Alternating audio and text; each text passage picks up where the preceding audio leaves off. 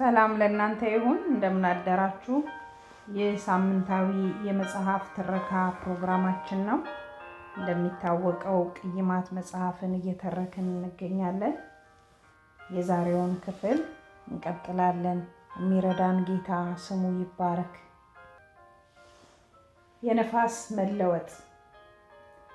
ስለ ሃይማኖት ጥናታዊ ፊልም ለመስራት ተፈለገ። በዘመናት ሁሉ የአምላክን አምሳሎች አስሱ ወይም እንዲህ አይነት አጠቃላይ ሐሳብ ፈልጉ ተባለ። መልካም።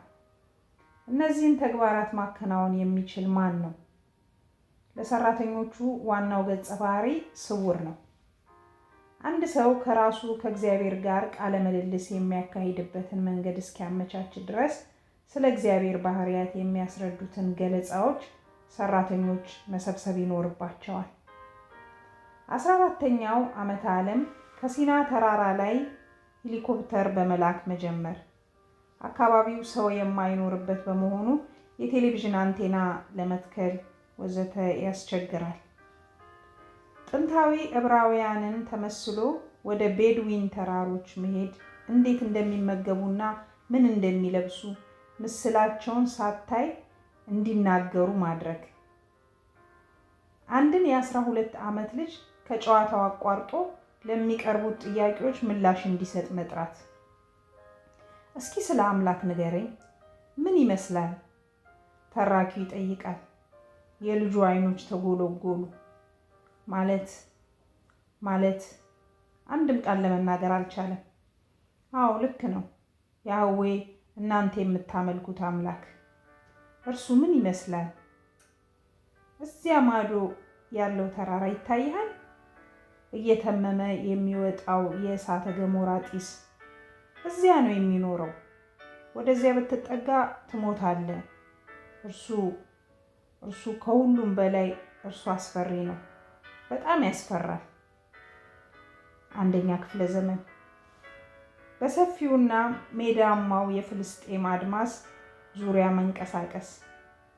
እነዚያው የቤድዊን ሰዎች በበረሃ ውስጥ በቡድን ሆነው ወዲያ ወዲህ ይላሉ። በአካባቢው የውሃ ጉድጓድ ነበር። ስብስብ ብለው ከቆሙት ሰዎች ቀጥሎ አንዲት ሴት የበረሃ ዛፍ ተደግፋ ተቀምጣለች።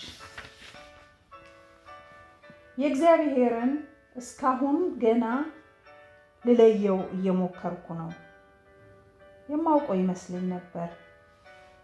ይህንን አስተማሪ መከተል ስጀምር ግራ ተጋባው። መሲህ ነኝ ባይ ነው። ጓደኞቼ ይስቁበታል። እኔ ግን 5000 ሰው በመገበበት ዕለት በቦታው ነበርኩ። ይህን ሊያደርግ የሚችል ሌላ ማን አለ?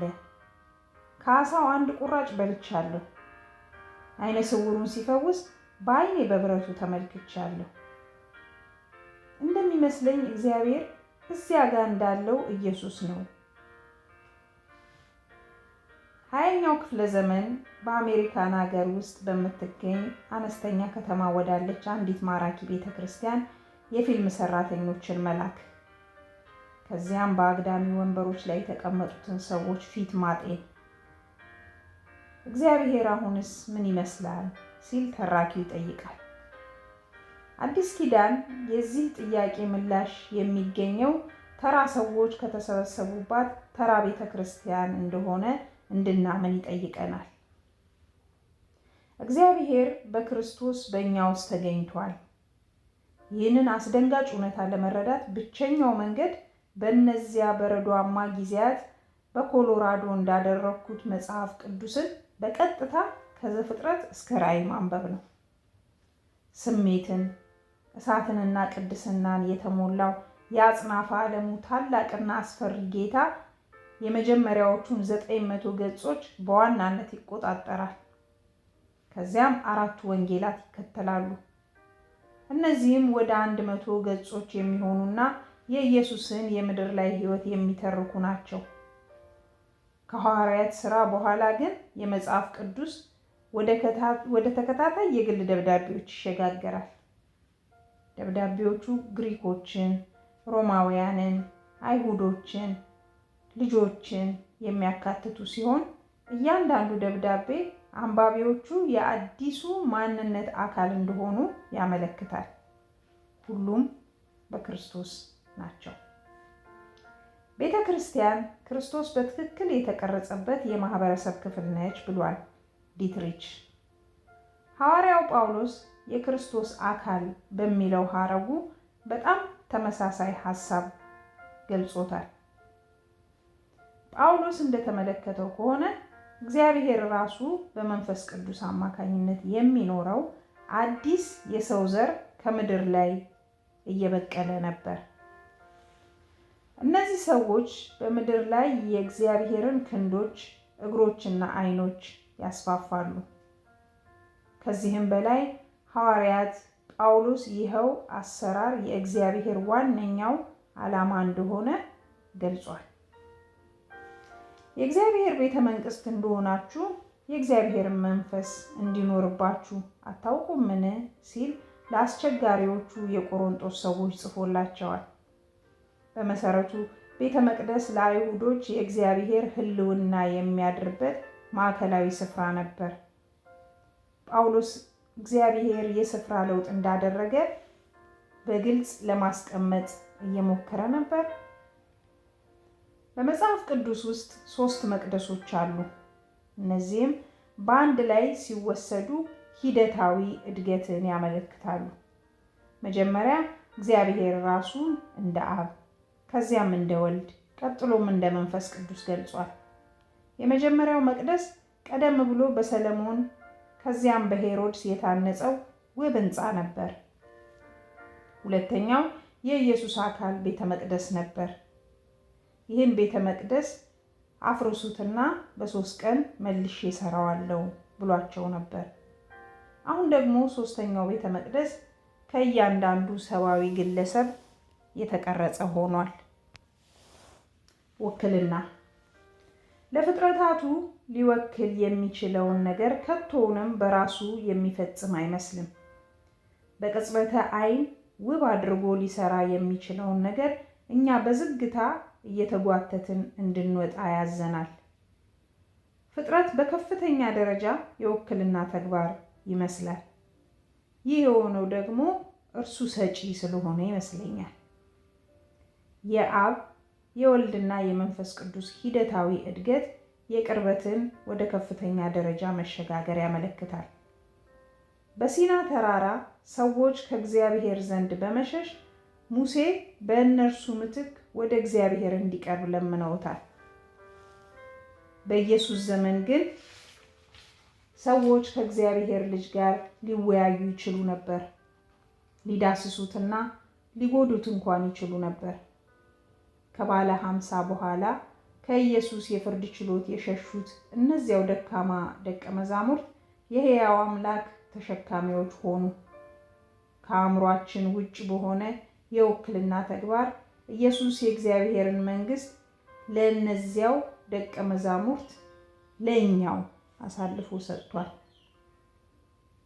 ይሁንና እነዚሁ ሁሉ ስለ መንፈስ ቅዱስ የምናወጣቸው ድፍርስ ሐሳቦች ከተጨባጯ ቤተ ክርስቲያን ግልጽ እውነታ ጋር መስማማት አለባቸው።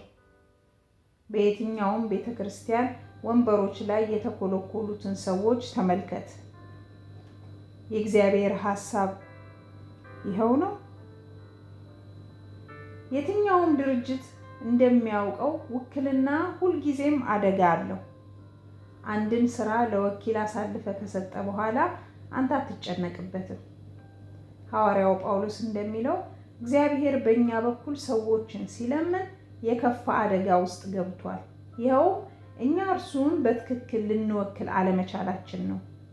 የባሪያ ንግድ፣ የመስቀል ዘመቻ፣ በአይሁዶች ላይ የተደረገ ጭፍጨፋ፣ ቅኝ ግዛት፣ ጦርነቶች የመሳሰሉ እንቅስቃሴዎች ሁሉ ለተግባራቸው የክርስቶስን ማዕቀቦች ዋቢ ጥሰዋል። እግዚአብሔር ለማፍቀር የሚሻው ዓለም፣ እግዚአብሔር የሚለምነው ዓለም ከቶውንም ላያየው ይችላል። የራሳችንን ፊት መልእክቱን ሊያውከው ይችላል። ይሁንና እግዚአብሔር ይህንኑ አደገኛ አቅጣጫ ስለመረጠ ዓለም እርሱን የሚያውቀው በቀዳሚነት በክርስቲያኖች አማካኝነት ነው። የመንፈስ ቅዱስ ዶክትሪን የቤተ ክርስቲያን ዶክትሪን ነው። የእግዚአብሔር ከኛ ጋር መኖር። ጳውሎስ በአንድ ስፍራ እንደጠቀሰው እንዲህ አይነቱ ዕቅድ የእግዚአብሔር ሞኝነት ነው። ጸሐፊው ፍሬድሪክ ቡችነር በዚህ ሞኝነት ይደነቃል። በዓለም ውስጥ ላለው የተቀደሰ ተግባሩ በአእምሯችን የደከምነውን ከሌላው የማንገጥመውን እንከን ፈላጊዎችን፣ ተመጻዳቂዎችን፣ ኋላ ቀርና ራስ ወዳዶችን ብሎም በስሜታችን የደነዘዝነውን መምረጡ በእጅጉ የሚያስደንቅ ነው። ይሁንና ጳውሎስ ደግሞ ከሰው ይልቅ የእግዚአብሔር ሞኝነት ይጠበባልና ብሎ ይቀጥላል። ደካማ በሆኑ ተራ ቤተ ክርስቲያን ምዕመናን መካከል የምንኖር አስተውሎት የጎደለንና ከሌላው የማንገጥም ሰዎች መጽሐፍ ቅዱስ ስለ ክርስቶስ አካል የሚናገራቸውን የተጋነኑ ሐሳቦች ለማሻሻል እንፈልግ ይሆናል። ለዚህም ምክንያቱ እግዚአብሔርን ምን ያህል በተበላሸ መልኩ እንደምንገልጽ የምናውቅ መሆኑ ነው። መጽሐፍ ቅዱስ ግን በጣም ግልጽ ነው። የሚከተሉትን 2 ምሳሌዎች ተመልከት። ጸጋና ሰላም ይብዛላችሁ። ለዛሬ እዚህ ላይ ይበቃናል። የረዳን ጌታ ስሙ ይባረክ። ስላዳመጣችሁኝ አመሰግናለሁ። ተባረኩ።